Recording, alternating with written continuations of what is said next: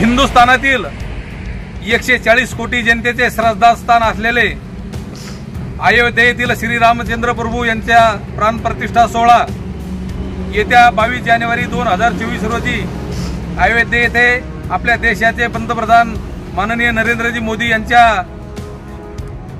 शुभ हस्ते प्राणप्रतिष्ठा सोहळा संपन्न होणार आहे।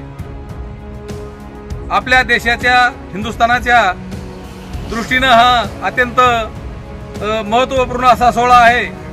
500 वर्षानंतर आपल्या हिंदू धर्माला न्याय मिळालेला आहे आणि येत्या 22 तारखेला जालना जिल्ह्यातील संपूर्ण माता भगिनी यांनी आपल्या घरापुढे रांगोळी काढाव्यात, आपल्या घरावर विद्युत रोषणाई करावी, आपले घर स्वच्छ ठेवावे, आपल्या घरावर हिंदू धर्माचं प्रतीक असलेलं श्रीरामचंद्र प्रभूंचं प्रतीक असलेलं भगवा ध्वज लावावा, आपल्या घरामध्ये मिष्टान्न गोड धड जेवण करावं आणि सर्वांनी आनंदामध्ये हा सोहळा साजरा करावा अशी मी सर्व हिंदू बांधवांना विनंती करतो।